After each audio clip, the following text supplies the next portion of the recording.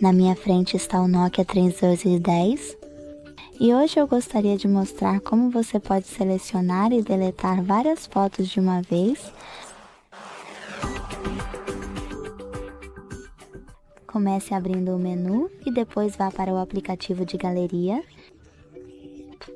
Agora, para selecionar suas fotos, clique neste botão esquerdo, escolha itens atrasados e depois selecione o mesmo botão esquerdo novamente para clicar em selecionar tudo.